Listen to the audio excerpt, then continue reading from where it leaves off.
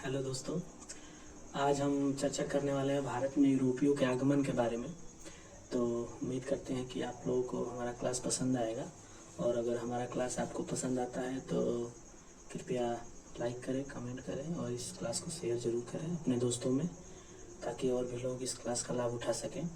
तो चलिए शुरू करते हैं। हम लोग बात कर रहे थे भारत में यूरोपियों के आगमन के बारे में।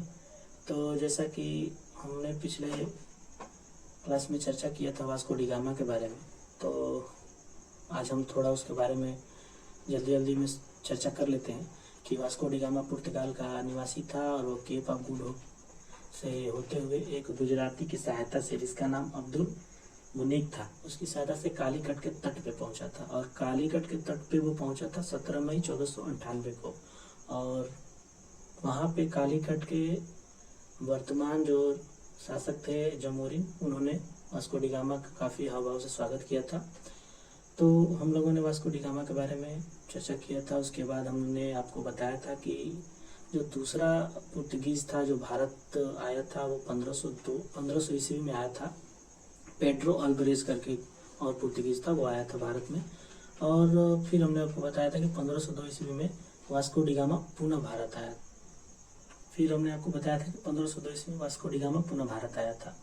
और उसके बाद इतने में हम लोग का पिछला क्लास ख़त्म हो गया था। तो आगे हम चर्चा करेंगे भारत में जो आने वाली पुर्तगीज़ कंपनी थी, यूरोपीय कंपनियां जो थी, उनके क्रम के बारे में चर्चा करेंगे। क्योंकि हमने एग्जामों में देखा है कि इस तरह के क्वेश्चन काफ़ी बन जाते हैं, जिसमें पूछा जाता है कि कौन से क्रम में कौन सी कंपनी आई थी, या फिर मिलान करने के लिए देता है और दूसरे कॉलम में दे देता है उनके वर्ष की, किस वर्ष में कौन सी कंपनी आई थी। तो मैंने पिछले क्लास में शायद आपको बताया था कि सबसे पहले पुर्तगीज आए थे, उसके बाद डच आए थे, उसके बाद ब्रिटिश, उसके बाद डेनिश, उसके बाद फ्रांसीस आए थे, लास्ट में स्वीडिश आए थे। लेकिन स्वीडिश के बारे में उतनी चर्चा होती नहीं है और ना ही इनके बारे में कहीं क्वेश्चन का जिक्र आता है। तो स्वीडिश को हम लोग छोड़ देंगे, बाद में देखेंगे, इसके बारे में थोड़ी सी चर्चा कर लेंगे आगे की क्लास में। लेकिन अभी फ़िलहाल जो इम्पोर्टेंट है, जैसे कि पुर्तगीज हुए, डच के बारे में भी थोड़ा सा इम्पोर्टेंट है, ब्रिटिश तो मान लीजिए पूरा का पूरा ही इम्पोर्टेंट है। उसके बाद डेनिश के बारे में थोड़ी सी चर्चा करेंगे, फिर फ्रांसीसियों के बारे में भी अच्छे से चर्चा करेंगे।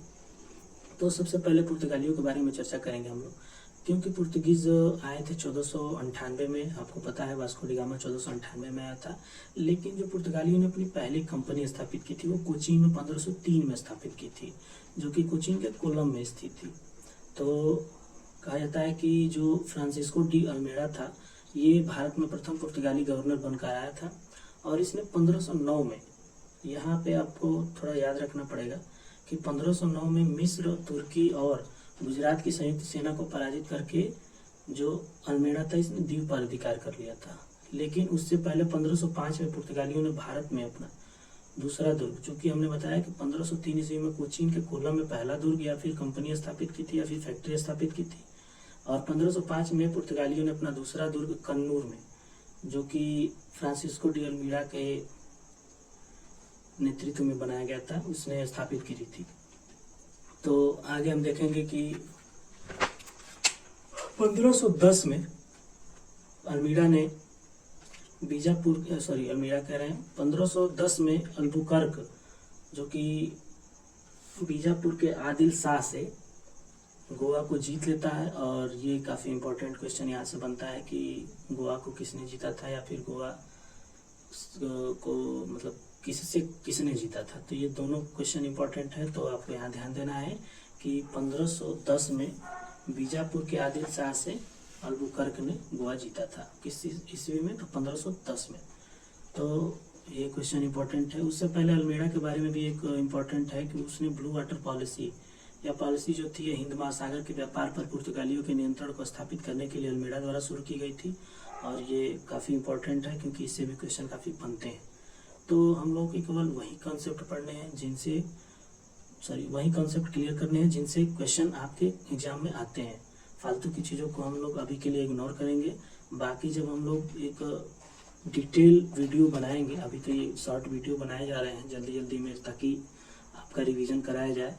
क्योंकि मुझे लगता है कि कुछ एग्ज़ाम बहुत जल्दी आने वाले हैं, जैसे कि रेलवे CBT 2 का हो गया, ग्रुप D का हो गया, और यूपी में लेखपाल की भर्ती वीडियो 2018 वाली जो भर्ती निरस्त हुई थी उसके भी एग्ज़ाम होने के चांस बन रहे हैं।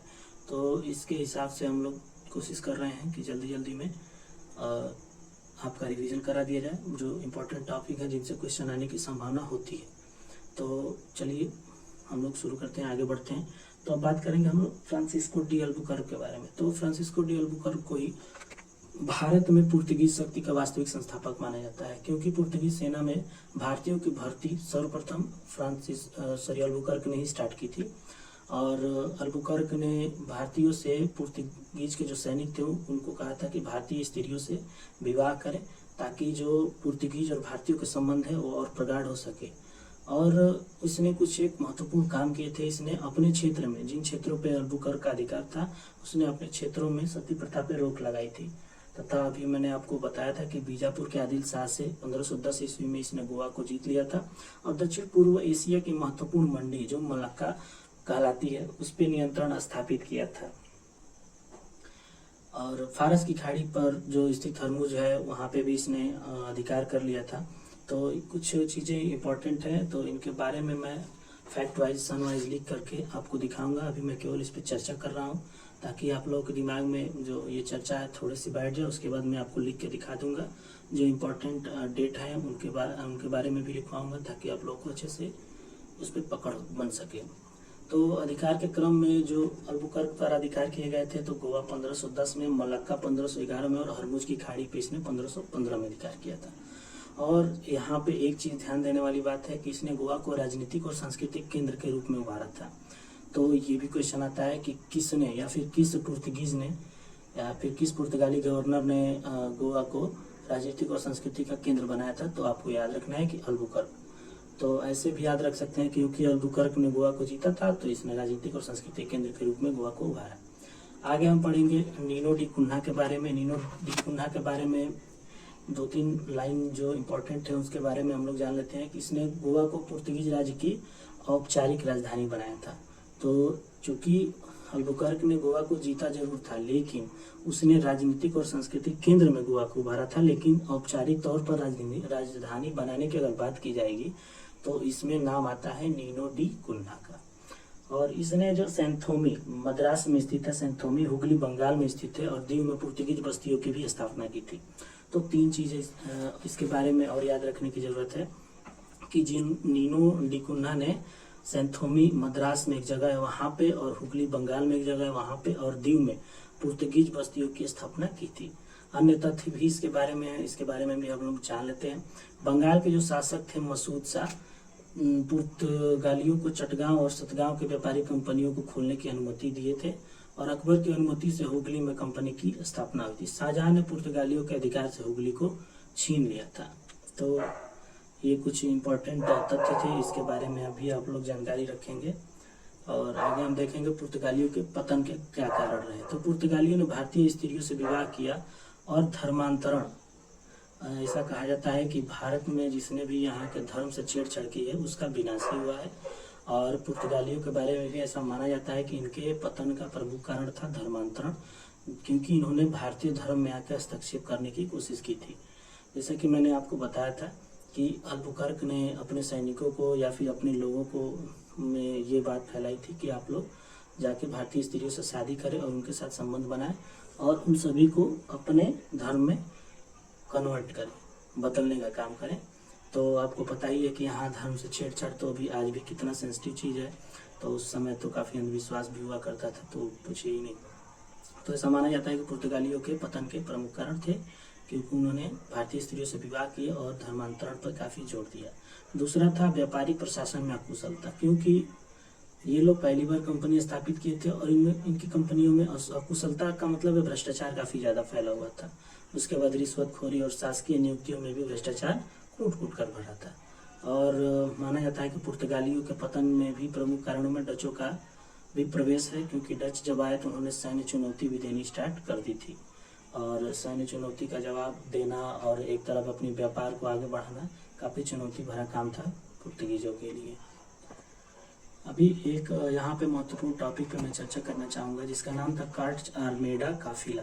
यह एक समुद्री व्यापार पर नियंत्रण व्यवस्था थी। इसके अंतर्गत कोई भी भारतीय आरबी जहाज बिना परमिट के अरब सागर में यात्रा नहीं कर सकता था। इन जहाज़ों में काली मिर्च और कोला बारूद ले जाना तो बिल्कुल ही निषेध होता था, या यूँ कहें कि इस पर भारी प्रतिबंध था। तो ये चीज़ें भी आप लोग याद रखेंगे। नाम क्या था तो इसको आप लोग ध्यान से याद कर लीजिए, कार्ड्स आर्मेडा काफिला, क्योंकि इससे क्वेश्चन काफ़ी बार आ चुके हैं और बड़े एग्जामों में भी इससे क्वेश्चन पूछे गए हैं। आगे हम देखेंगे कि पुर्तगालियों की भारत को देन क्या थी। तो भारत का जापान से व्यापार शुरू करने का श्रेय पुर्तगालियों को ही दिया जाता है। भारत में प्रिंटिंग प्रेस का जनक, या यूँ कहे कि भारत में प्रिंटिंग प्रेस का आना भी पुर्तगालियों की ही देन है। भारत में तंबाकू की खेती का विकास भी पुर्तगालियों की ही देन माना जाता है। तो भारत में गोथिक स्थापत्य कला का आगमन और विभिन्न प्रकार के फल जैसे कि पपीता, संतरा, लीची, अनानास, काजू, बादाम, शकरकंद आदि भी माना जाता है कि पुर्तगालियों की ही देन थी, जो कि भारत में उन्होंने इसकी खेती करना स्टार्ट किया था। तो आज हम लोगों ने मोटा मोटी देख लिया उनके बारे में, पुर्तगालियों के, और अगले क्लास में हम लोग बात करेंगे डचों के बारे में। तो ध्यान रखिए अपना, अच्छे से पढ़ते रहिए। इसके बारे में हम लोग लिख करके नोट्स टाइप का भी एक वीडियो आएगा इस टॉपिक पे, तो उसको भी ज़रूर देखिएगा। और उम्मीद करते हैं कि इन दोनों वीडियो को अगर 1 से 2 बार आप लोग देख लेते हैं तो ऐसे आपको याद करने में काफ़ी आसानी होगी। फिर मुझे नहीं लगता कि आप लोगों को और कोई किताब देखने की ज़रूरत है। और वन-लाइनर किताब तो आप लोग बिल्कुल भी पढ़ना भूल जाइए मेरे इस वीडियो को देखने के बाद, क्योंकि इन वीडियो में वन-लाइनर एग्जाम से भी ज़्यादा कुछ आपको बताया जा रहा है, पढ़ाया जा रहा है। तो उम्मीद करते हैं कि आप लोगों को क्लास अच्छा लगा। अगर अच्छा लगा तो यहाँ पे लाइक करें और सब्सक्राइब करें हमारे चैनल को। Okay, bye, good night.